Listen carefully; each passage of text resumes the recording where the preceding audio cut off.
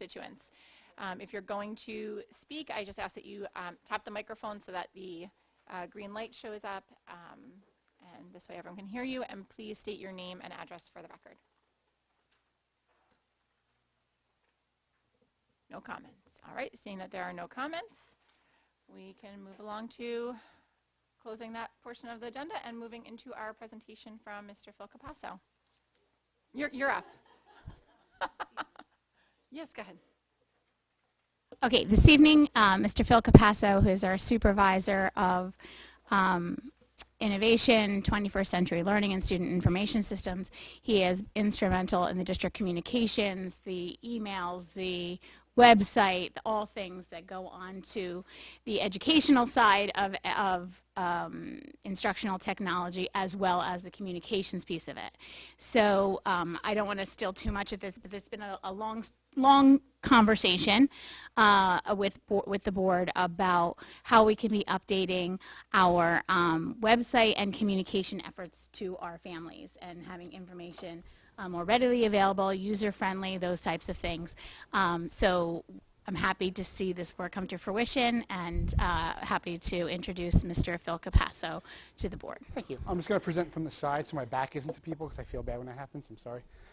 Thank you for the introduction. So the purpose of my presentation today is a culmination of 8+ months of work of gathering information from different vendors, different companies that provide a service that we're looking for. And the service that we're looking for has to do with our website and our mass communication systems. These conversations started more than 8 months ago in our communications committee meetings when we were meeting discussing information going out to the public, to parents. So to starting off that conversation, what we currently have is 4 separate websites and the mass communication system. Analyzing what we have and what we would want would be 4 integrated websites, meaning being able to log into one application and manipulate all 4 sites with less steps, less actions, which would also allow us to share resources and save time and allow us to update our website and our communication a lot faster. Looking for that communication system with application unification, allowing us to, again, like I said, make communication or make posts with less steps to reach more people.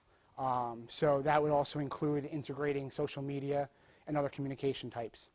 And then in those communication committee meetings, we're discussing a parent app, something more than what I've built for our district, something that would be streamlined with the website and the mass communications to allow for notifications.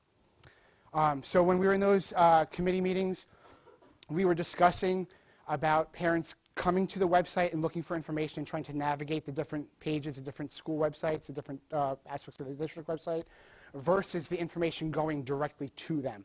And for that to happen, you would need an app. You would need to have a notification system built into an app system. The app would allow subscriptions for certain information, whether it be calendars, whether it be school information directly about that school. The app would allow, or hopefully would allow, parents to subscribe to the information that they want directly, allowing them to weed out if they don't need to know about what's going on at Cedar, but they need to know what's going on at the 2 Conover campus schools. They can subscribe just to those schools. And looking at that app as a one-stop shop, allowing them to see all that broad information and having that continuity amongst 3 buildings. So if you do have a child in all 3 schools, you can go to that one place and get all that information. And if I may, Mr. Capasso, Yes. some of this feedback was also received through the PAC, right, about communications. That was something we've heard a lot of feedback on, about streamlining, not having to go to 4 different places, so on and so forth. So that was another part of the considerations when we were talking about how can we enhance our communications to our community, not just the broader community, but also our parents as well. The conversation of continuity is always discussed when it comes towards information in all 3 buildings. Although they all serve a different need, obviously for the different student populations, for a parent to have to shift and understand how one school delineates information versus another, it could be frustrating. And we recognize that, and hopefully by migrating to a different system, it would alleviate that stress. And then also in those committee meetings, we discussed the social media presence, to the point where we were discussing the possibility of hiring a PR person, which we ended up not doing, but migrating to one of the solutions that I'm going to put forth would alleviate that need and allow for that streamlining of the information going out. So for the evaluation process, I apologize for the chart being a little bit small, but I tried to get as much information on there as possible. The top row is what we currently have. It's broken up into two systems, our communication system and our website. Right now, it is the same company. I'm going to do my best to explain these different options and companies without identifying them by company name. So our current company is unified, meaning it's the same company, but they've recently been acquired by another company. So there's been more of a desire to kind of shift from what they're currently providing. The controls for communication there, it's labeled as minimal, meaning when I get emails from parents saying that they're no longer receiving communications, I have to go on a wild goose chase on the back end to try to figure out why they have not received it. The back end that I'm controlling is kind of antiquated, hasn't had many updates, so I do not have as much control to be able to resubscribe and add people in. It's a little bit more difficult to kind of track that information down. Right now, the communication delivery is mainly or only through email and phone for mass communications. For the website, I've reached out numerous times about incorporating social media. Their directions are old and haven't been updated, and it doesn't work. The content integration, that goes along with, this is content integration. Being able to share resources between web pages. When you see those banners on top of on the main page of the schools, those are separate websites. So for that banner to be posted, for example, right now there's a banner up there announcing the very worthy recipients of Teacher of the Year and Educational Service Professional of the Year. I created that banner. I had to download it from the program I created it, upload it on the district site, label it, log into the elementary school, upload it, label it, and repeat for each website. So it can take a lot of time. And when you want to try to be up to date and have the most up-to-date information on there, doing that is very tiresome. So that the fact that we had to create the content or share it multiple times, it could be a little tedious. For the additional features, again, very limited. The programs have not really been updated as much as they should. And that's kind of what led to my desire to research what other options are out there. What's better, what are we missing? What don't we have? So I explored 3 different options. Option 1, so these options, I met with these companies virtually. They provided me with sandboxes where I was able to play with the back end of their product to see how it would work. They've been at my beck and call, as it were. If I have any questions, they're very quick to answer and provide me with information. So the first one for communications, there's full access control, meaning that there are accounts set up automatically for every parent that would allow me to see if they've unsubscribed, whether intentionally or unintentionally, from communications, and allowing me to resubscribe them with one click. So I get them back into our system. Communication delivery would allow for phone, text, email, social media posts, direct access to the website, so a post can go right to a website, as well as if you have the app downloaded, you can have notifications turned on with the app, so you would get a little reminder on your home screen that there's a notification from the school. Social media integration, there's no limit to how many social media accounts you can have added to the account. So I think we have 4 official. We have the district and then 1 for each building. But then if teachers wanted to have theirs provided on a teacher page, we can have them uploaded. We're not limited to how many social media sites. Content integration. This was a key feature and why I'm kind of recommending option 1, is the shared resources. That content could be loaded once and shared amongst all 4 websites with a single click. It would allow for that easy upload. Prior to finding that out, I was exploring or asking companies, about revamping our website and going from 4 websites to 1 and changing the schools to basically subpages. Still providing the service, but kind of changing it around. And this option avoids us having to do that, so it's kind of nice. So additional functionality, cross-posting. That's what I'm saying, where we can share the resources. We can also post among social media from that app. From the administration side, it can either be uploaded through the website or through an app, so I can do it mobilely, or through mobile. So if I'm currently not in district and Dr. Garibay asks me to post something, I can easily do it from my mobile device. Multimedia banners, right now we're limited to static pictures or imagery. On the banners, we can actually incorporate video with this option. Module controls, so the basic, the way that the page is set up, we have better control over what modules are on each page. We can manipulate and change that around. With what we currently have, we don't have as much flexibility. And then one of the things we ran into with our current site is that we have limited amount of calendars that we can have uploaded or attached to the different websites. With this option, we can have many more. The price breakdown for all three I'll leave towards the end, just because it'll be easier to compare and explain that at the end. Option 2 and 3 are very similar in what they provide, with the main exception of the price. With all these different companies, they all provide different templates that you would start out with, and then you modify the template to fit your need. What was very interesting with option 1 is that they are the only company that utilizes their own product for their company. So that meaning the option 2 and 3, they're not using their website products for their personal website. The first option is. So they see the value in their product, they're staying behind it. When it comes down to cost, the cost is broken down into 4 different areas. So I did mention that it's mainly communication and website, but there are different aspects to that. So the 4 areas of cost are the website. Along with the website, which was just added within the past couple of years, is ADA compliance. The ability for the website to be read to a viewer, to be able to change the contrast, to change the language, things along that nature. That's an added cost. That's not incorporated with any of these companies. The communication aspect, to be able to have mass communication, and then the cost for an app. So currently budgeted, we have just under $11,000 for all 4 of those areas. Now I say 4 of those areas, we do not currently have an app, so we're not filling in that cost there. So that's why we're at that number. For the option 1, the price breakdown, which would include the app, is just under $13,500. Option 2 is $16,800, and option 3 is $14,800. The bottom 2 options, their product is presented in a manner where it's merged, so it's not really itemized like option 1 is.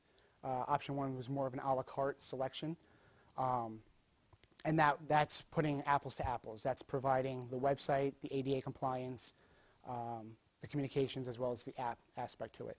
So cost is always a factor. We always look at that when we're making these decisions or making these suggestions. And it just so happened that what I thought to be one of the more user-friendly versions just happened to be the cheapest of the 3 options. So option 1, the name of the company is Finalsite.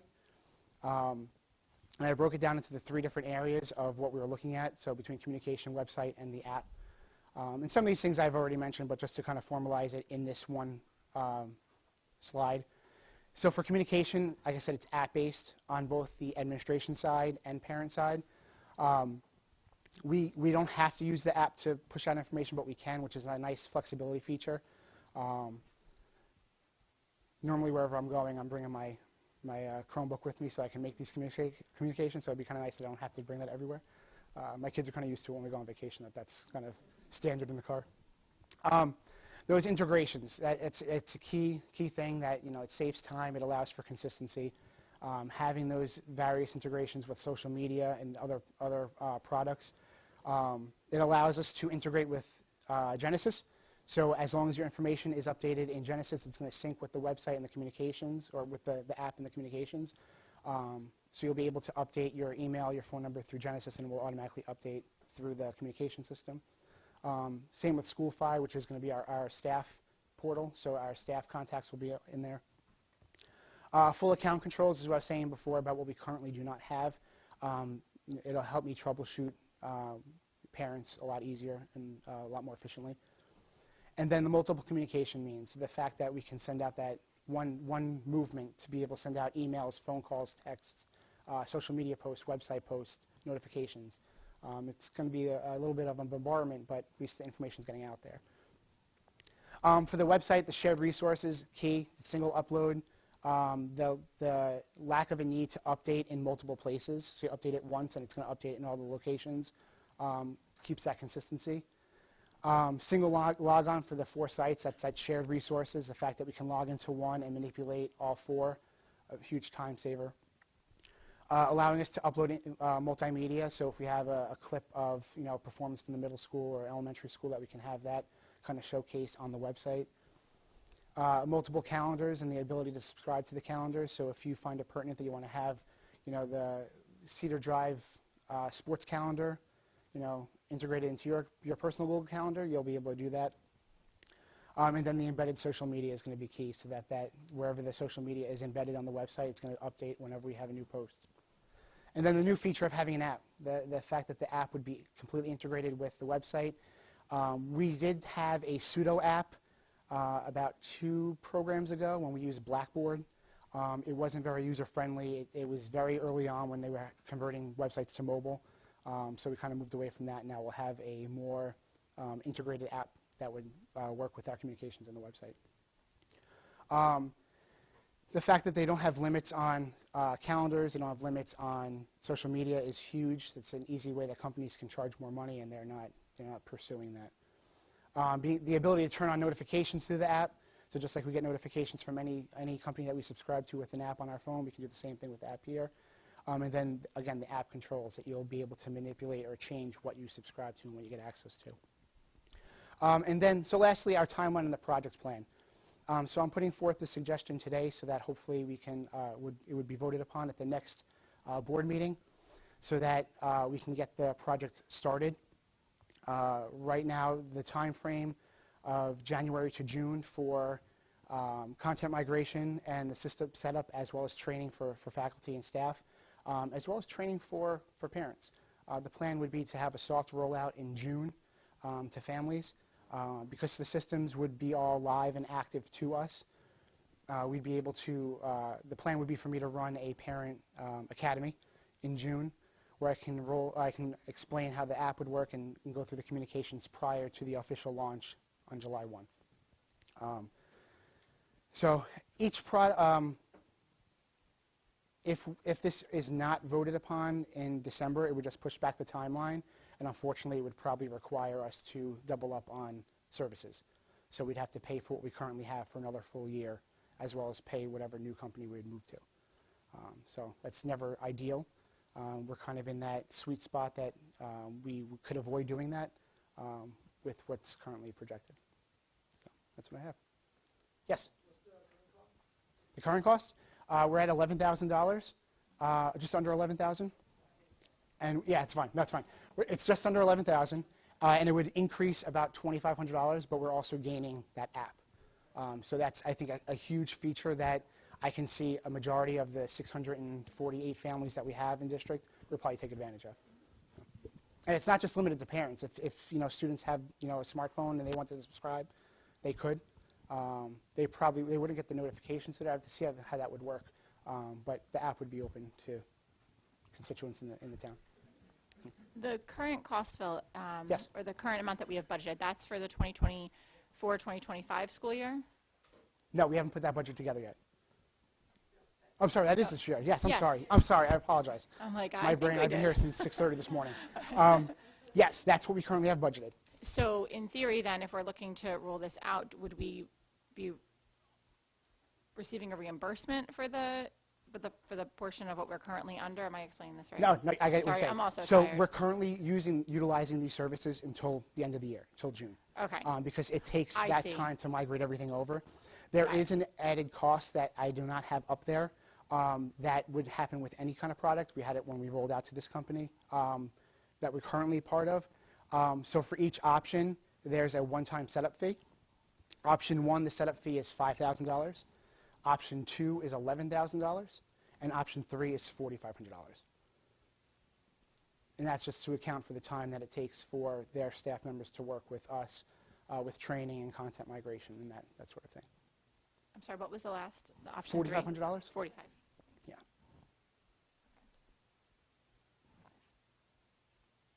All right, that answers that question. Anyone else have any questions for Phil? Any other board members have questions?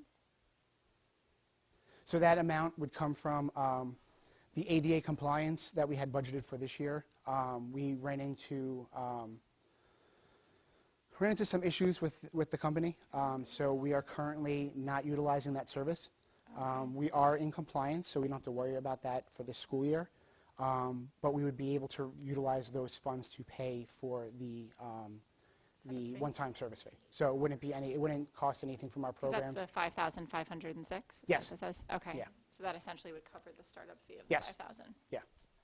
If we don't get the new system started up in June, and we still on the old system, that payment for that old system is rolled. It starts again in June because we already paid up for it. Yeah, July 1. Yeah, July 1. July 1. So, does that get prorated until the new one starts if we're backed up with getting? No, the new one? they wouldn't provide a month-to-month because we're canceling their service. So we'd have to pay that 11. They would stick to contracts where they would require us to stay for a full year.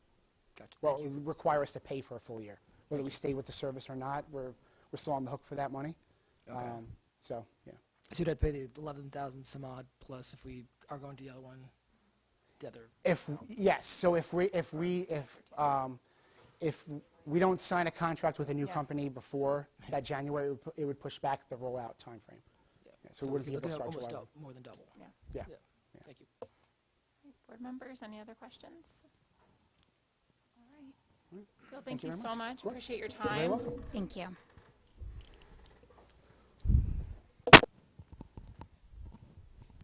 All right. All right, so I would like to just ask our liaisons, and I'll touch base with you also, Vinny, about the ad hoc, see if there's any updates for our board. Vinny, do you have anything for us? Just a few updates. I'm sure Dr. McGarvey is going to brush on this, but I just wanted to say that on December 7th was the Christmas tree lighting in Town Hall, and our Colts Elementary School choir performed. And I wasn't able to be there; it was my son's birthday, but I did see a video, and he did a great job. So I want to thank all the students who were involved, and of course Mr. Willis for his work and dedication. And anybody out there who wasn't able to make it or wasn't able to see it yet, please go to the Facebook or social media sites and go ahead and see that. Cedar Drive Middle School Spring Musical this year will be Matilda, and which was announced just recently. And the dates for those shows will be March 14th of 2025 and March 15th of 2025. And I'm sure auditions are coming up somewhat soon. I think the dates are being adjusted, so stay tuned. We'll be sending out the new dates for those. Okay. Yeah. All right then. The Cedar Drive Middle School Hershey Trip fundraiser will be this Monday, the 16th, from 4 to 8 p.m. at Chipotle in Eatontown. So if anybody is available, please go there and help donate to that cause. The Cedar Drive Winter Concert will be tomorrow, December 12th at 7 p.m. The Conover Road Primary School First Grade Winter Show will be next Wednesday, December 18th at 9:30 a.m. And also, last thing, the registration for the Live Like Corey 6th Annual Memorial Football Tournament has been extended through December 15th, and it will take place at Bucks Mill Park on December 31st, New Year's Eve at 10 a.m. And you can go to livelikecorey.foundation to sign up, and they're taking 4th graders through 12th graders. Thank you. Do you want me to add them? Yep. So just as an added piece too, as a note, we had talked about that the auditions for the Crest players are currently going on, and they're doing Annie Junior this year at elementary school. And remarkably, we hover between 50, 60 students. About 100 students came out to audition. And just for context, that's a little less than a third of the entire school that's eligible, which is only 4th and 5th grade. So it was a tremendous turnout.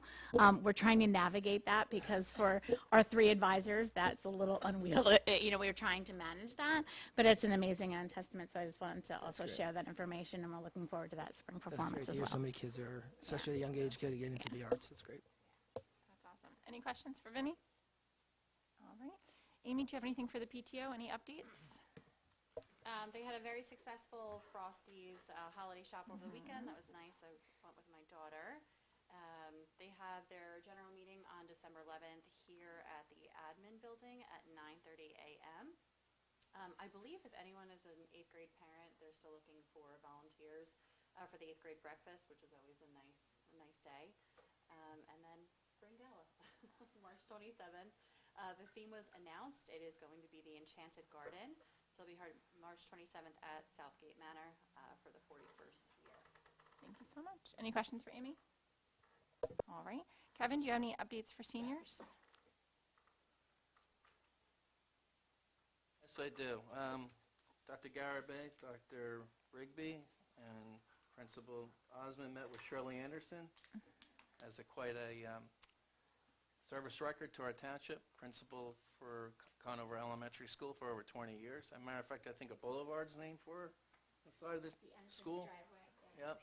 So she's belongs to the senior citizen group, and she's going to try to come up with ideas to engage the senior citizens along with the school administration and, more importantly, the kids, and trying to get the senior citizens to our events. That's So, great. Thanks for organizing that meeting. Absolutely. It went very well. It went very well, very productive, and we talked a lot about, we're going to be sending her, she's going to serve with the new president, who she's going to give us our communication with for the seniors, and work as a type of liaison with the new leadership for the club, and we'll be providing them with monthly lists of things and opportunities for them to attend and participate in, including some of our after-school activities. Specifically, you know, some of the different clubs and things that are happening could have that type of involvement as well. Awesome. That's a great connection. Yeah. Wonderful. Any other questions for Kevin or comments? Okay, Kevin, that's awesome. Thank you. Parent Advisory Committee. Brenna, do you have anything? The committee met, it was a couple weeks ago, right, at this point? Mm-hmm. Yeah. Continued to brainstorm, but we do have 2 meetings scheduled for next week. It's Monday night at 7 and then Tuesday morning at 10, and so we'll be able to report out on that next week. Wonderful. Thank you so much. Any questions for Brenna? All right. For the township, aside from all of the normal updates that I've been giving about the different committees that they're still looking for volunteers for, and the meetings that are coming up in January, there's the public hearing meeting as well as the reorg meeting in January. Just something to draw your attention to before our next meeting is this weekend at the Conover Firehouse is Breakfast with Santa. There is a 9 o'clock and an 11 o'clock session, and that helps to fundraise money for the firehouses, both Firehouse number 1 and Firehouse number 2, even though it's only being held at Firehouse number 2. Any questions for me? All right. Angelique, do you have anything for student reps? No, nothing at this time. Okay. We're waiting for the next meeting for the follow-ups to what they reported in last time. I'm looking forward to it. And I believe, Kevin, from an email I saw that they were working on the dividers for the boys' laboratory. So I'm very happy to hear we agreed on something like that. And the student that brought it up, hopefully he'll be happy. Oh, I'm sorry. I don't know who didn't hear that, but yeah, I'm just hoping that the student that brought it up is happy that we actually approved that for him. So, thank you. Thank you. Any questions for Angelique? No? All right. Allison, anything for state and county? The county met on December 5th, last Thursday. Days blend for me these days. It's all good. It was a very good meeting. We talked a lot about AI and the reports that are going to the state on incorporating AI into districts and how to work with AI. So that was it was a very good presentation. Dr. Richens discussed a lot about boards and new board members. New board members were also there. I believe Mrs. Camera was there, and talked about the importance of the role in working with our administration on budget season as it is coming up again. And so just to be, aware of all the work that goes into budget season, and CUSAC, which our district is part of CUSAC, and what that entails for our district being evaluated at the state level. That, I believe, is coming up in January. I do believe Jingle Bells was sung, is that correct? Yes, Jingle Bells was sung by all the incoming board members, Oh. as well as us. So that was fun. And that's about it. The next meeting will be February 4th. It's a virtual meeting with Senator Vin Gopal. All right, thank you. Any questions for Allison? All right, great. So that brings us to our committee of the whole work session. All right, buildings, ground safety, and security. Vince, Kevin, take it away. Take out the building and grounds.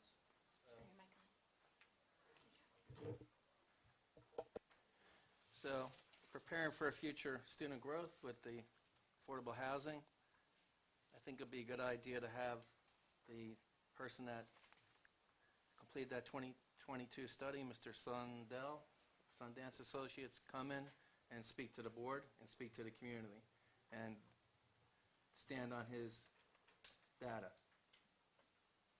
Let's hear what he has to say. We have the report, and I think it'd be a great opportunity for the community at large to hear and new board members to hear in January and question. If we have questions about the accuracy of the report, the study, let's do it then.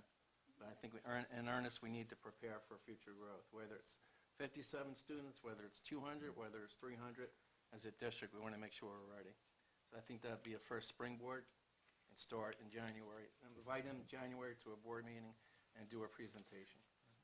Okay. Are we looking to have him come to a committee of the whole meeting or a RAM meeting? I think a committee of the whole, I think would be great, so we can question from every board member whether, So that would be our reorg meeting, right? Yes, or if we want to Have another one? Yeah. So have 3 meetings that month? I don't think we should do it the night of the reorg. No, I think that's, So then we'd have to do 3 meetings then in the month of January. or it could be the 1st of February. It's up to you. Why don't we wait until the reorg and calendar. then we'll give the incoming board members a chance to decide. Okay, just, there might be a scheduling. We might need to schedule him. Yeah, no, I Which is on the understand. agenda, too. Yeah. Okay. I'll take over from here. Okay. All right. Continuing on, under B&G with the subject of the recommendation of capital items / long-range facilities plan projects for fiscal year 25-26. If you recall, at the CAL meeting of November 13th, I began to speak about some of the work that administration has done in reviewing our facilities priorities and evaluating which things are coming up as priority and weighing that against, future projects, ones that can be addressed in a future year. And we've identified 2 projects that we're recommending to be considered for the 25-26 budget. One of them is really finishing up the sections of the roofs that are deficient. We had a professional roof study performed back in 2021, and we had a professional report provided to the board identifying all of our roofs on our school buildings. And as you know, since the continuation of the ESA project, we've addressed some of those roofs already because of the incorporation of solar on the roofs. So there were some that were already deficient, and we had a vendor come in and go through that whole bidding process through the management of DCO. So we've identified additional roofs, and this is from the professional roofing study that was performed by Freytech V's, Hopkins and Duthie, and looked at it, and we said, we're going to be addressing the ones that take us through, that are deficient through the end of 2026. So we're actually going a little bit beyond next year, but that's because it was a very small amount of square footage that was identified for that period. In other words, the report that he provided broke out the sections of the roofs, identifying the warranties, identifying what they run through, how much life is left, and a recommendation as to the year that they should be replaced. So we've come up right now with a total square footage of approximately 28,000 square feet in total. Most of it is at the Cedar Drive Middle School. In fact, I think all of it is actually at Cedar Drive, because Cress is very small, and a lot of that was addressed through the ESIP. So that's so we're in the process now of working with both DCO, in fact, the contractor who performed the roofing improvements on some of the roofs, to just get an estimate, a ballpark figure of what that looks like in terms of that particular product, which was a spray foam type of product that has about a 15-year warranty. Okay, so as we get those numbers and, you know, approach more in-depth in budget, again, this is just to present to you what we're recommending for the facility projects that we'd like to incorporate in the budget next year. So that was number one. Number two is the switchgear, the main switchgear electrical panel at Cress Elementary School. That too was something that has been long-standing on our long-range facilities plan. It's original to the building. The mechanical equipment is from 1967. It's very old, and the service life is about 40 years, according to the engineer at the time of the study. So it's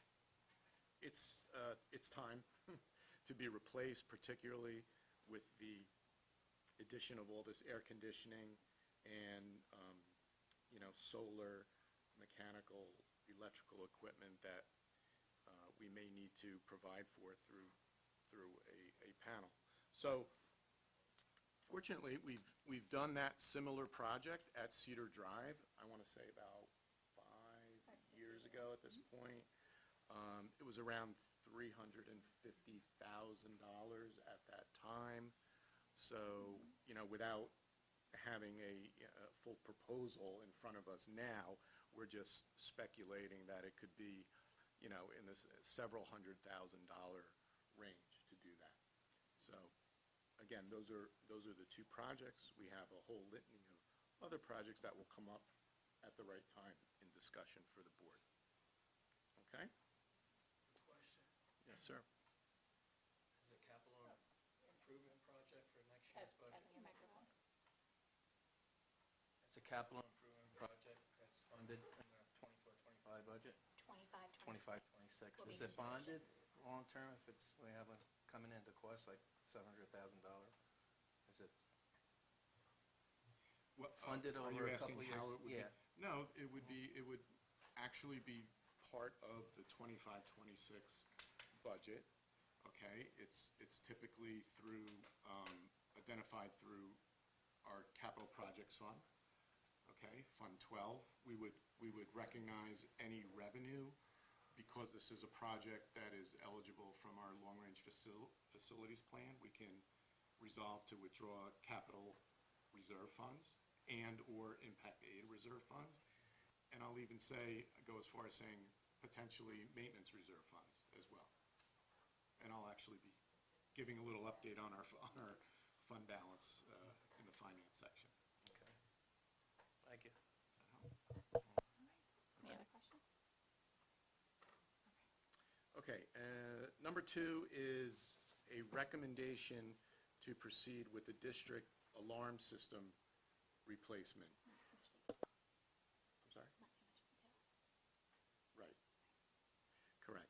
This was, I believe, brought up at the prior meeting when I identified that there was a need for this. This is a system that is across all the school buildings, as well as transportation, administration building. Right now, there are components of it that are very outdated, and it doesn't allow us to view or monitor like from a central database location. So the reason why we're recommending this for replacement this year is because it is security. Okay, we have a duty to safeguard district assets properly, and the second reason is that we've identified reallocation of funds to make this happen. It's about a $100,000 price tag, but we have identified funds within our budget due to the PERS contribution billing that is coming up in April. We have sufficient funds in that budget line that we can transfer and handle this expenditure this year. The particular vendor is using equipment that is also similar to or the same manufacturer as cameras throughout the district. It'll be the same product, same manufacturer of motion sensors, and therefore the vendor is a co-op state vendor that we can merely approve by resolution. So if that is okay, we're going to proceed with that recommendation at the next board meeting. Vince, you mentioned that the equipment that we would be purchasing would be the same as you talked about cameras and our security cameras around campus. Is that what you're talking about? This all falls Yeah. under, okay. Yes, So it's all the same stuff by the same correct. company? Yes. Okay. You can think of it that way. And there's much more integration I'm between sure. the systems. Which Which are all fairly new. Yes. As you know, we've spent the last, year and a half, 2 years steadily upgrading cameras, door access controls, and so forth. Correct, thank you. So this is the last piece. Yep. No problem, no problem. Okay, Any other questions or comments on that? Okay, thanks, Vince. okay. There's one more, student liaison proposals. I think we were going Well, to hold off on that, right? Until Yeah, I Okay. think we're going to hold the on, proposals. right? Yeah, we were going to Right, hold yeah, on the we're students update, right? I think that's fair. Okay, thank you. All right. So we can move along to communications. Amy, would you like to take that away? Sure. So I know that we just watched Mr. Capasso's recommendation for the website, which has been an ongoing topic for the Communication Committee for a couple of years now, of trying to get better communication with parents, having it so that information is pushed out to them rather than them having to go to the website. I think a lot of frustration sometimes when you can't find calendars or the information you're looking for. We did roll out the app last year, but it's more of a web page that you could download onto your phone, not specifically an app. So we have been looking at the different website options. I do think the one that Mr. Capasso provided tonight is the best option, and cost-wise it's actually right in line with what we're paying now, but there's much better access, much better options to push out the information to parents, the app integration, the calendar integration. I think especially too when the kids get into the older grades and they're doing different sports, and if you have multiple children, the integration of being able to put things on your calendar and subscribe to them. I know I do it for some of my kids' sports teams. It's right there. So the functionality of it is very good. When Mr. Capasso went over the cost analysis, I actually expected it to be a lot larger in cost. So I was pleasantly surprised of the cost there. So I think and have that recommendation on the next meeting. We additionally talked about adding, which should also be on the next agenda, changing the committee names to communications and technology. That way we're assisting with staying current with technology trends and education. Restarting the board newsletter, that we had kind of said that would be taken over obviously by the new board members, who's ever going to be on the communication to do that.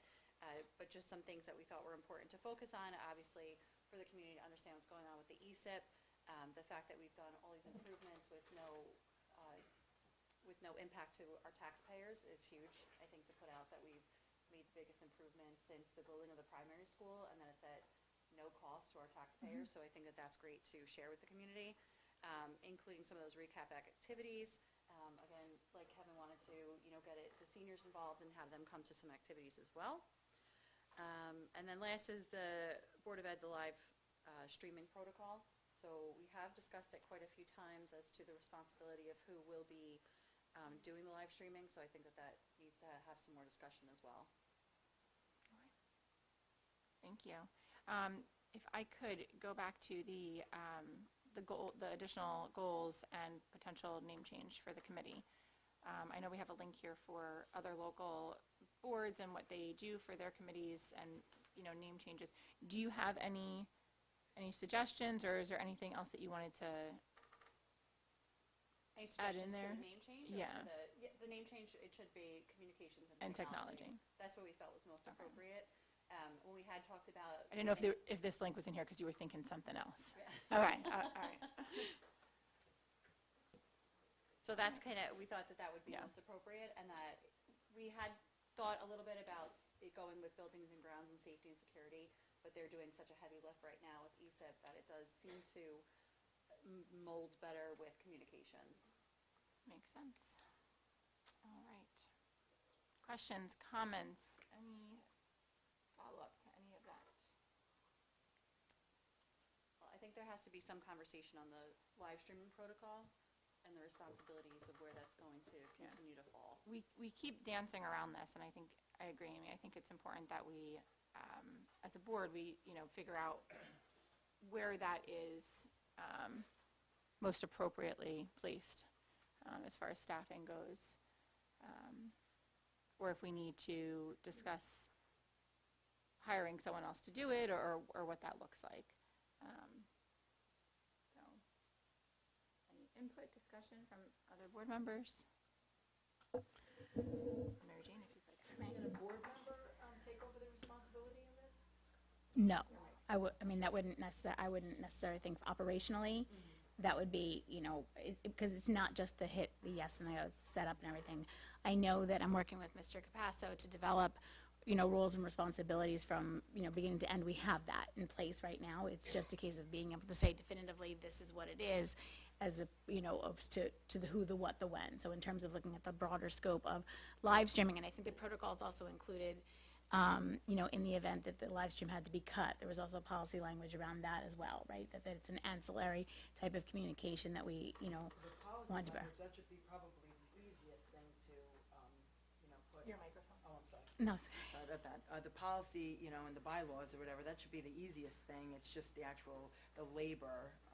yeah. I mean, So I'll bring forward to the board what's there. I'll send it, in advance in terms of saying this is an outline of what it would look like in terms of roles and responsibilities. And then we can, I can put forth some ideas and then we can talk about it, as a okay, board. at least there'll be more structure. You could visualize Yeah. what you're looking for Yep. and move Yeah. on from there. Yep. Yeah, I think some of the protocol that we talked about was if the live stream has to be cut off, if Case of an we were emergency talking or- about, if the president feels that someone is, being inappropriate and we have to cut it off, that there was kind of rules of when we could stop the live stream so that the public's aware of, if the live stream was cut off, that would be the reason why, and that maybe there would be a message of some Yeah, sort it'll that. come up on the screen. Yeah, put up on the screen. So we already did have some discussion about it. It just has to be put into policy, but like you said, that's an easy lift to do Yeah. that. But it's more so finding out who the appropriate person is to do the live streaming, because I don't think what we're doing right now is sustainable for the future. Agreed. All right, so Mary Jane, you will get us that put together, and then potentially there'll be further discussion on this at our first January Cal meeting. All right, perfect.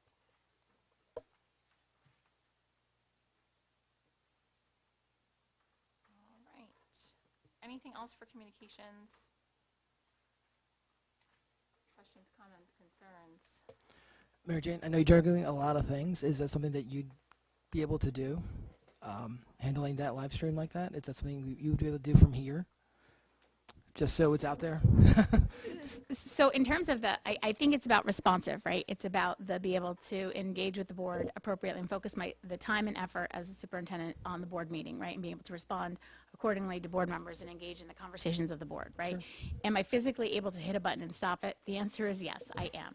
Knowing though that there is more involved than that. So that I want to be able to present the board with a full picture of the responsibilities, the roles that extend beyond the board meeting. And then we can talk about it from there and see what it I entails. just want to put that question out there, so I know people probably in the audience watching at home might have that question, so. I Of just wanna course, put it out of course, yeah.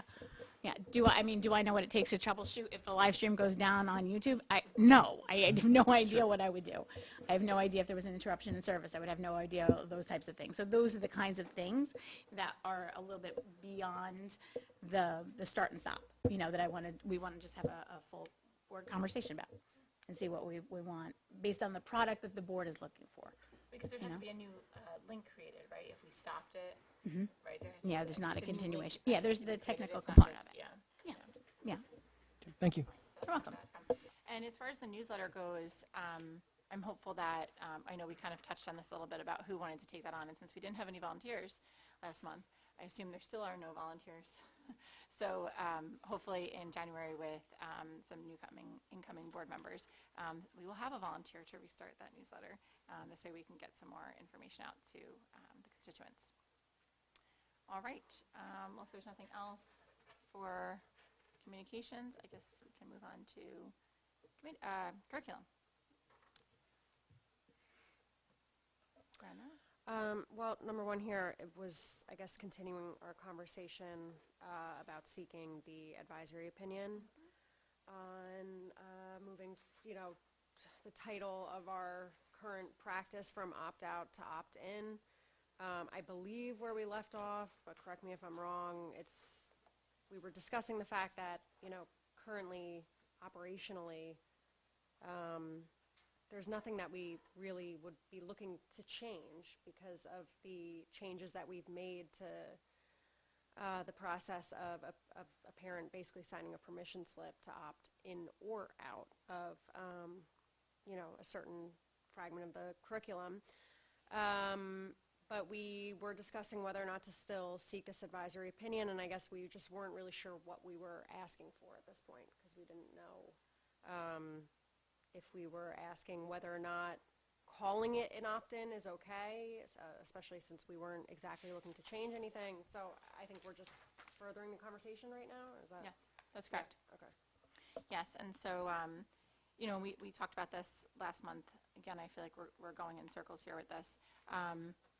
Because of our current practice, over the last 2 years, we have changed our current practice to reflect more of an opt-in process where there's a form that goes out to parents where they have to, by nature of the form, they have to either opt in or opt their child out. Like you said, it's both. And so because of that, we did also review the current SEC advisory opinion. That was, again, just for clarification, this was not requested by our district, but it was one that came out in 2022 when there was talk about, all the different new curriculum that was going to be implemented. But then we also did discuss with our board attorney some further questions, which we all have that language in email.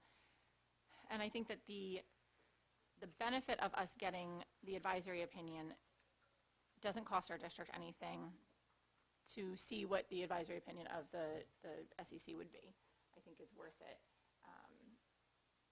Specifically what we want to ask, I think, my understanding is, can our district change to a purely opt-in? What that would look like, from my understanding, Mary Jane, please correct me if I'm wrong, would be if we send out the form to parents and they don't respond at all, the students would not then be getting the lessons. Versus right now, if the parents don't respond, and I know we are making every effort, and at this point I don't think we haven't touched base with any parents that we haven't gotten a response from. We always get a response from those that we send it out to. Even if they don't initially respond, we then take the initiative to reach out. But if for some reason there wasn't, the default would be to still give them that instruction. And Just as Yes. a clarification, that was the practice. We've changed that practice. so the So default is the now. default is that they don't. They won't get the Yeah, if we don't lesson. have consent. So I think if we take out the words opt out and Mm-hmm. opt in, and change it to permission slip, right? It's permission. You're either giving your child to participate or you're not giving your child to participate. And you think of it in that component, that's what we're doing. And if you think of it, I think we use the field trip analogy, right? Where the field trip was like you're either going, this is what is happening, right? Your child is part of a group that is, identified for participation because of their grade level, the curriculum and the grade level. Do you want your child to participate? Do you not want your child to participate? And that's basically what we've done. It's an affirmative action that is required by the parent, right? That to give an active consent. That's really what it is, to be able to participate. So it's, in my opinion, it's a little bit more tangible than opting into a whole curriculum or an out, which is what the SEC is that you're not allowed to do. Right. The curriculum is the curriculum, which is required by the state. So it's not a case, but the lessons, and I think we pointed out when we received our opinion by legal counsel, the words opt in and opt out aren't in the statute. It's that they have the ability to be excused from lessons that are from specific lessons. So what that looks like is, in practice, you have to afford that opportunity, and we've known that. So what we've done is we have adjusted how we've done that in the past, because in the past we've sent home a permission slip, to participate in certain lessons. If we didn't hear, we've definitely changed the structure and made it definitely more specific about lessons. It's by lesson, by date, with communication and links. We've changed the practice, that if there's no follow-up if a parent says no, all of those things that we've done in compliance of it. So I think from an operational point of view, we are touching upon it's not just an opt-in, it's an opt-in or opt-out, whichever you're doing. I think it's a way to hold every parent or receive information from every parent, definitively, to say that this is what happened. This is what you've selected for your child, excuse me. Can I ask, I know that we had talked about at the one CAL meeting about adding that extra layer, that if, the parent checks something off an error, that just how we do the photo release, that there would be a pop-up again saying this is what you've decided for your child, initial here to confirm that this is your choice, so there is none of that error. We haven't done that additional layer. It's the Google form that comes back, right? And Can we implement that, or what would that Just look gonna like? say that. implementing you mean in Genesis to have it pop up as an answer in is that what you were speaking about? I understand that the way that we're sending out the forms now are a Google form. And, okay, so what you're saying is the photo releases are the ones that are in Genesis. Yeah, they're part of the parent portal, right?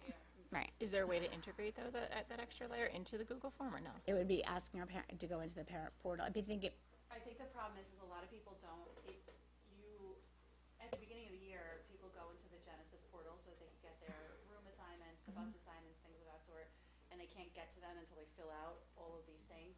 So if a parent is not actively in Genesis all the time, and it's not blocking their access to something, they may not even see it. Got it. and I think the form allows for a little bit more control and flexibility if adjustments need to be made. Right now, we're communicating to parents the dates of the lessons and things like that are going, and the teachers are able to control that if things need to be adjusted. Genesis is not operated that way. It takes a little bit more. It's a little bit more timely, Okay. I should say, and able to be edited and updated as necessary. So I guess my question to the board then is twofold here. Part of it is, do we think it's worth it, or are we in favor of seeking a second advisory opinion? And if we are in favor of that, what is that advisory opinion asking? Because the one that we currently have, as Mary Jane pointed out in a nutshell, is that can parents opt out of the entire curriculum? And we know the answer is no to that. That's based on New Jersey statute. Parents can opt their children out of individual lessons, but not out of the entire curriculum. So,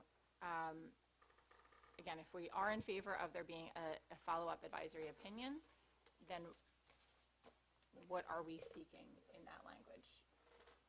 We determined that there would be a cost for that, right? The time for our attorney to go out to get that opinion? Yes. Well, if he was going to be instrumental in actually helping us draft it, and I think that would be advisable, is for us to have him part of it. if that's what we're seeking. I don't think that it's necessary. I think that, as we said, operationally, nothing would change because we have put in place the safeguards to make sure that if a child wants to be opted out or that they're able to have that it's more of a permission slip.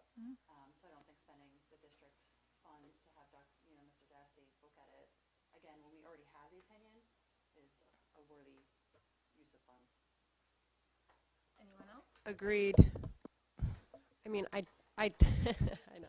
I did say, though, last time that I thought it might be smart to get the advisory opinion because I feel that probably in the new year a change could happen without the advisory opinion, and maybe it would just be good to have that advisory opinion to reference or to lean on.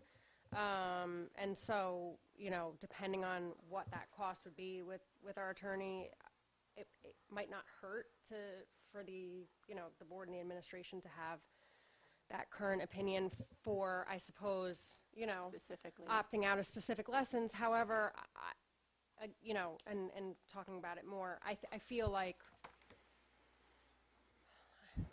again, the circles, it's like so hard to get your brain on the right track with this, but I feel that my concern would be that if we kind of are alerting them to all these changes that we've and again, here I am talking about, but all these changes that we've made, and, seeking to just change the title, that it might bring too much attention to what we've done, and maybe we'd find out that we can't even do what we've done. So I don't know if it's worth it necessarily, but I do think that it could be helpful for future board members to have the advisory opinion. So I'm still kind of on the fence with it. I could kind of go either way. Okay. And maybe it would be helpful if we had an exact advisory opinion that we would be seeking. So, Yeah. So my thought process is this, if I may, which is that if we were to reach out to the advisory opinion, the State Department of Education will very clearly say, here's what the law says. The law says that children are able to be excused and that parents can do that, right? How you facilitate that is on the district and Board of Education. That's what they're going to, I would predict that we can say. We can get clarification, and that's what we're doing. We facilitate what's in the law, right? How we choose to do that exceeds, in my opinion, what the law requires. You have to allow them. What are we saying? We're saying not only do we do it a permission slip and we say we don't want you to do it, but we're asking you to say yes or no, right? So it's almost like covering the entire, whatever the parents' wishes are with regards to their child's participation. And also, I But- feel, oh, sorry. No, go ahead. I was saying to Mrs. Ramirez earlier, I feel like just the titles of opt-in, opt-out have just kind of gotten all out of control, and clearly we don't even really need the title to operate in a certain type of way. But maybe all it takes is, since we're just talking about specific lessons versus an entire curriculum, is there, and we're saying call it a permission slip. I don't know.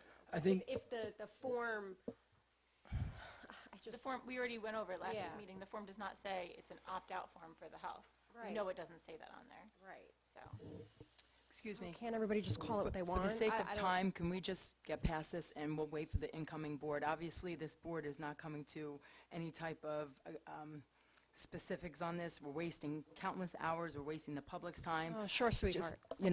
I just think it's just circle over circle over Angela, circle. can I ask, Yeah. what are you in favor of? I'd rather wait until the incoming board comes on, and I think we'll have a decision right away.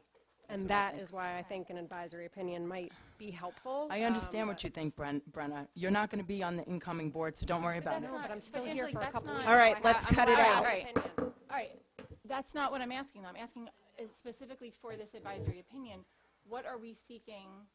We don't need to halt all of our board business because there's new members. I coming on understand, the but board. this is going on months and months, and we're not Because getting to... I'm not getting any responses. Yeah, about you don't say anything. You haven't said a word. why I'm That just- side of the table doesn't I'm say anything. interested in what You're wasting time. It's not on Brenna, us. please. I'm interested to hear what you have to say about this and whether or not you think it's worth us getting the advisory opinion. And if you are, then what would you like the advisory opinion to say? I think it's worth getting the advisory opinion and go from there. That's what I think. And what are we asking in the advisory opinion? If we can do an opt-in, complete opt-in. For the entire curriculum? No, we- for this, Individual the lessons. individual lessons that parents are outraged about. That's what I want. Okay. Simple. Can we change the title for the, to an opt-in? The title in the, There is no title of anything. can we add a title? Can we add a title? To the permission slip? So Right, whether it say opt-in versus permission slip. An opt-in permission slip. It's an idea. Okay, It's not, there's no public comment right now, I'm sorry. For, Can we vote on? Yeah, but we're not, The idea of just plain consent. I like the idea of just plain consent. your mic, Kevin, your microphone. I just strongly feel, just individually, as a board member, that if consent's on a form and permission slips on a form, good enough. Gives the parent a choice, clearly a choice of removing that student from that particular lesson. for I don't me, think we need to go to Opt-in, get legal opt-out. opinions, hire an attorney, just make it plain and simple. So right now it says permission. So you don't want it to Consent. say, you want it to say Consent. consent. Okay. okay, it's two different options there, no? Yep. For me, having something like consent or opt-in, I think puts more onus on parents doing more of the research. New curriculum is. I don't think enough parents are doing that. Personally, I don't think enough parents are doing the research what the new curriculum is to health ed, sex ed, and I think they need to be doing so. And I think this helps that. All right, any other input on that? Yeah. Yeah. Good advice, opinion. All right, yeah. So as far as seeking out an advisory opinion, can we take a straw poll to see who's in favor of seeking out an advisory opinion? Yes.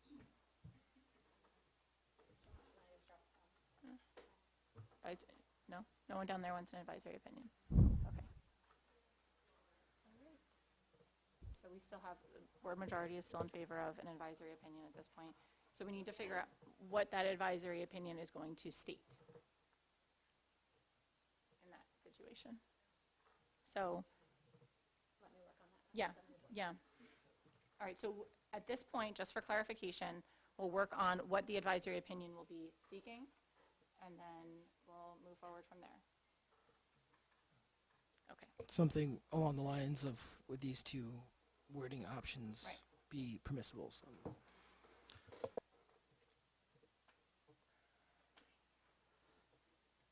you. All right, I think we can move on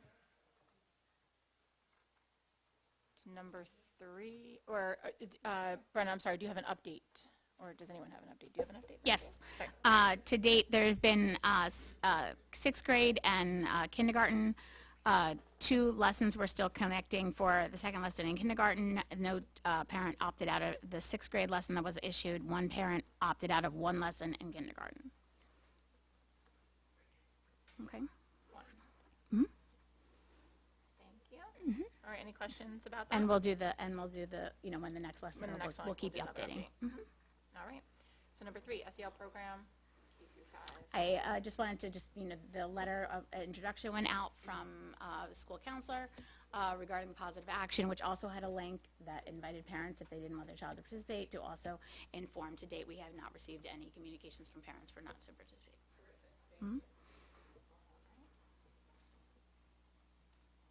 Being a writer pilot, you want me to keep going? Yeah, keep going. Okay, keep going.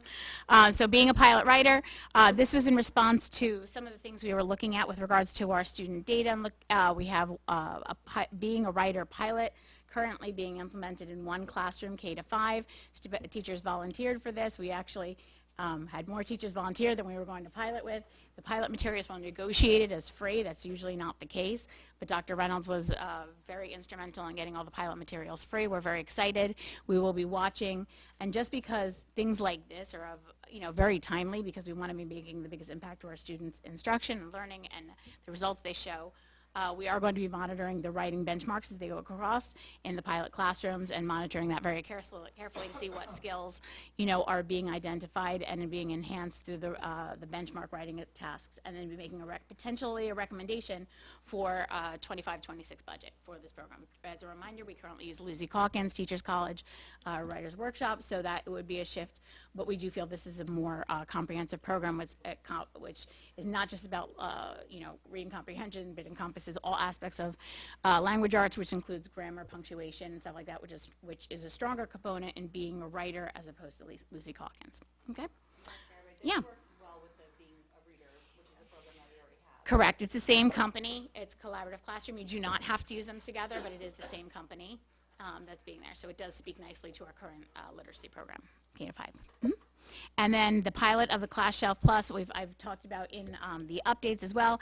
This is an instrument that the district is looking into and also piloting with regard to not just cataloging the classroom libraries, but also making them available to all of the to parents as well. So that's just to stay tuned as well with more information on that. There's Okay. there's no pilot as of right now being implemented. So we currently use Book Source, Right. which is a program that we're using where the teachers are cataloging the books from the classroom libraries. This allows an administrative component of approval levels for books in classroom libraries, so on and so forth, but also allows a public domain so people can look through the books that are available in the classrooms as well, in classroom libraries. Even a better step of transparency and looking at parents and saying these are what's in our classroom libraries. All right. Okay? Thank you very much. Any You're welcome. questions, comments, anything we want to add to any of the curriculum topics? No? All right, we can move on to finance then. Vince, Jason, you want to start, Vince? Sure, this will be pretty quick. I'll get through this. I've distributed to each board member a draft budget calendar for the 25-26 fiscal year. This is actually a requirement in CUSAC that we discuss it, and it's distributed. This is actually a rough draft. Some of these dates are subject to change because there is in fact an official Department of Education school election calendar that hasn't been provided yet, but that provides all the statutory dates of the election cycle from, board reorganization all the way through the election and the reorganization in the next calendar year. So if you look at this, this is sort of how we proceed and just organize our budget going into that season. January, of course, will be the reorganization meeting where the newly elected board members will be given an oath of office. Then we start with our internally in the district, the administration and department heads convene and put together department budgets. We start to review them. We go over preliminary projected enrollments, class sizes, educational programming, facility needs, and so forth, pre-K staffing, structure, and all that stuff. We'll have several, I would anticipate several finance committee or committee of the whole meetings during February and March. Those are the key months to determine your budget for the new year. You're working up towards a tentative budget submission that the county Department of Ed must approve. That's usually done late March, the due date for that tentative budget submission. Before that, though, we have the governor's budget address for the fiscal year 2026 state budget. And generally after that, within 48 hours, the department releases state aid figures to all the districts. So that's a key component of the revenue side of our budget that we will know at that time. Then, okay, we move down towards moving into April, where the county office concludes its budget reviews of everybody. Then you have to advertise publicly for a public hearing. You're required to do that at certain dates in May. These are rough dates again, but generally it'll be around somewhere around May 6th for a public hearing on the 25-26 budget. And then moving beyond that, there's some statutory dates for giving staff, non-tenured teaching staff, contracts for employment. These are all statutory dates. And then we complete a tax levy certification form based on the finalized budget that was adopted by the board. And the start of our fiscal year operations begin July 1. And then if you just go beyond that, we're into November 4th, I believe, is Election Day, 2025, and the whole cycle starts again. So first draft at the calendar, you probably will receive more, firm dates as that election calendar comes out. If I might add too, in today's Department of Education broadcast that comes out, I'll be attaching this and sending this to the board. For the first time in history, the state Board of Education is taking a public hearing comment on state fiscal year 2025 budget. So as they're looking to revamp the formula for the state funding formula, they're inviting public comment for that. So I will be sending that out to anyone who wants to provide testimony. I know that the professional organizations obviously will be weighing in and have spokespeople there speaking about budgeting and all the things that go into that, as well as the funding formula with looking to be relaunched as well. So I'll be sharing that with the board. All right, thank you, Vince. Yep, and then the second item is I want to just bring to the board's attention, since we are going to be moving swiftly into this budget discussion and formulation of our revenues. It's always important to bring up the topic of fund balance, right? Because if you examine our past budgets, we've always utilized a certain amount of fund balance as revenue in our budget. It's just the balance between the different types of revenues. We have tax levy caps, as you know, on the tax revenue, and we have only so much state aid that we receive. So some of the budget is funded through fund balance. What is fund balance? Again, I do this every budget presentation. It's an accumulation of surpluses built up over time.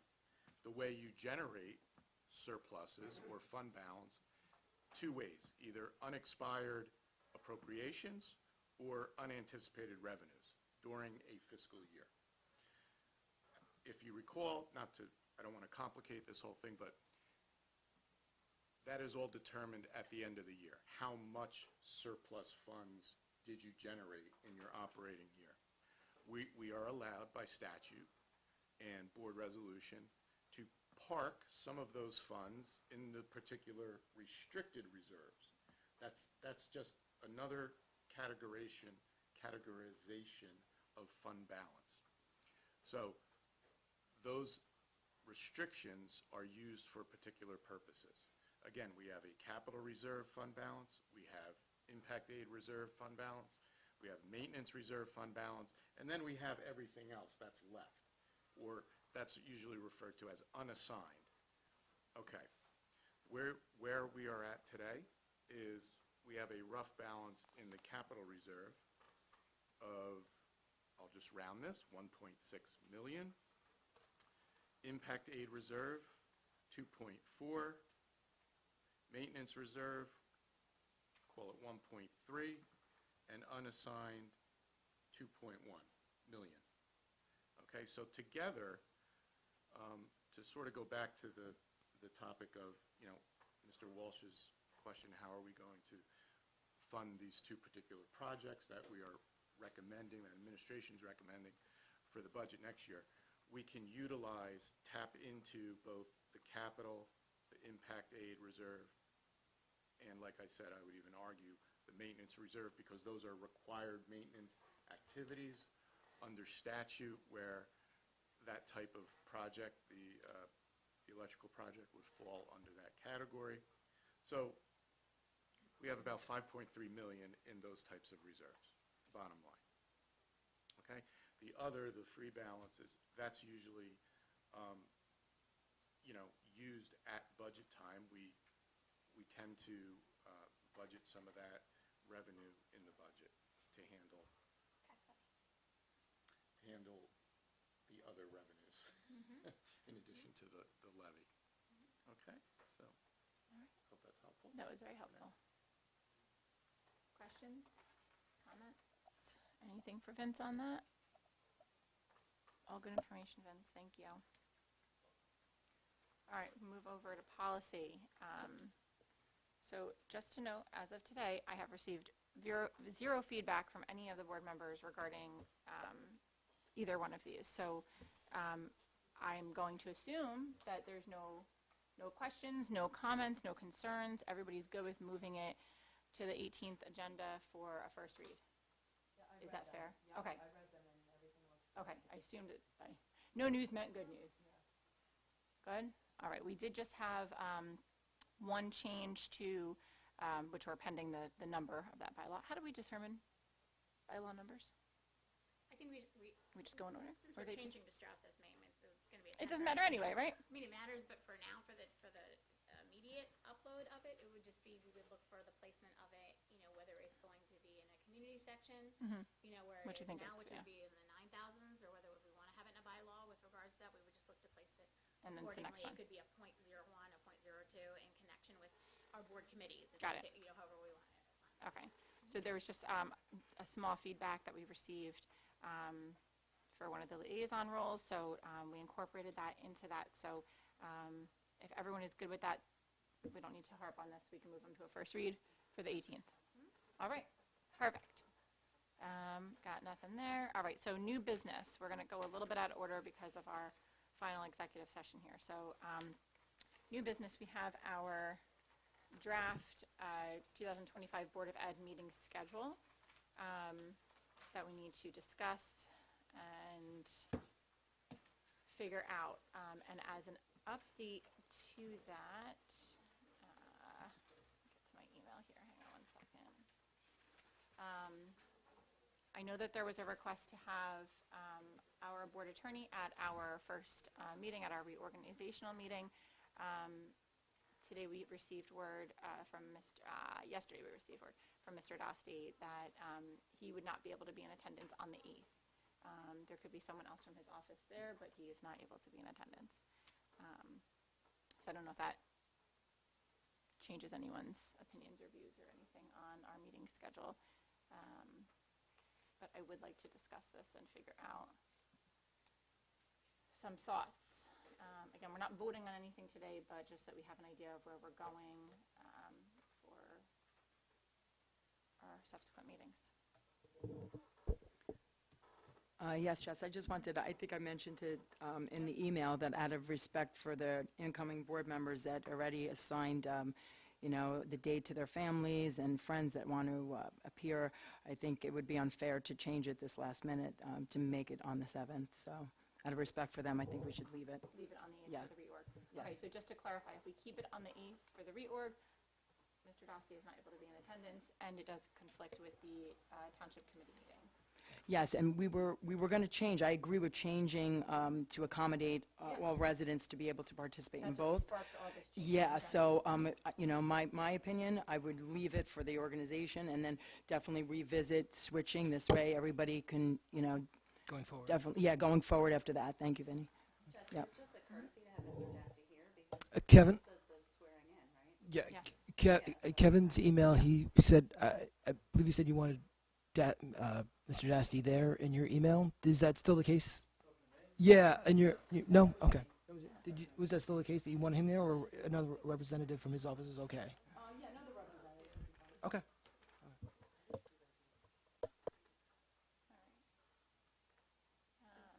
Yes. So from a timing perspective, and Mr. Marsko, this is usually something that what we'll do is we'll put it forward to the board. Looking at it in terms of the attachments, we went during the orientation meetings that are scheduled with new board members. We'll be presenting the proposed calendar. And then I think that what winds up happening is if we are wanting to stay with Wednesdays that don't, conflict with the township meetings, then we would put that forward as the draft schedule to be voted on at the organizational meeting, because that does have to be posted publicly in accordance with the law. So we do have to do that. So we'll share that all out and share it, and then if there's a consensus, it'll be put on the agenda and approved at the 8th at the organizational meeting. Okay. Okay. All right, so we will keep the 8th then, and then discussion, comments, thoughts on us changing to a Wednesday, or to a Tuesday meeting. Anyone?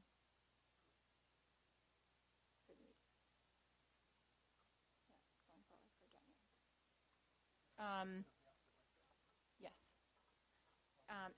Kevin, I'm sorry, I do have an email from you requesting Mr. Dostie. Was there a reason for that? I just want to clarify. Okay. You said please. Nope, it says Kevin, please keep January 8th. Also, I request Mr. Dostie to be present.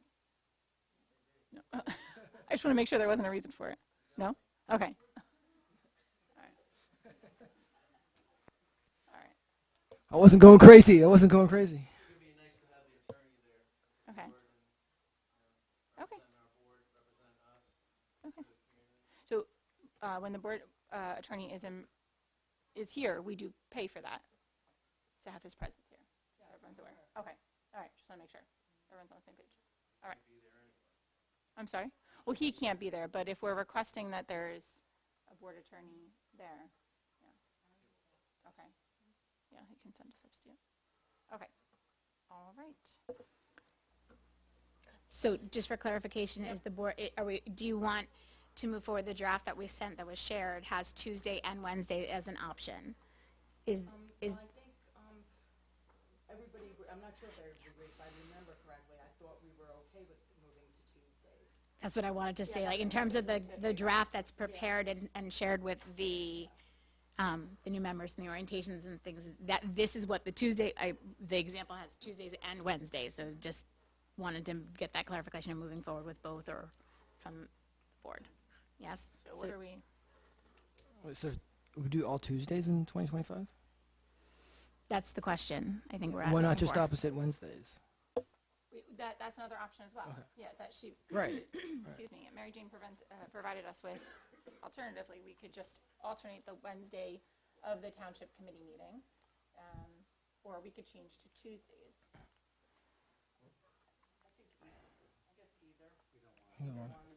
Okay, we need to make a decision so that we can put together something. So we have to. So why don't we do it alternate, we'll keep it on Wednesday, alternating. Right. Opposite of the town meeting. Yeah. Okay. And then-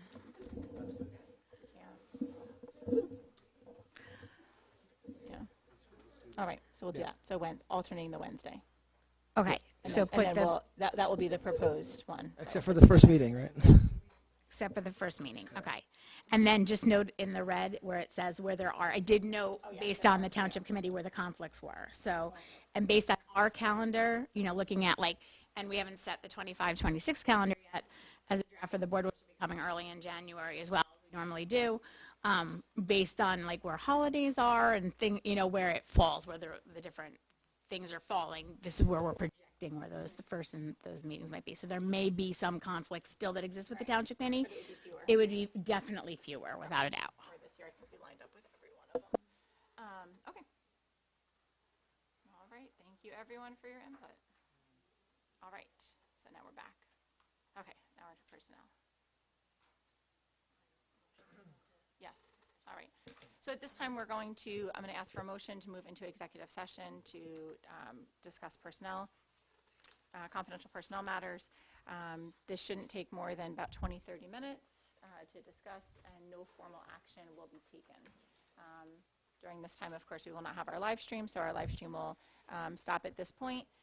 After that, we will go out and then just adjourn our meeting. Okay, so a motion to move into executive session. Motion. Allison, second. Okay. All in favor? Aye.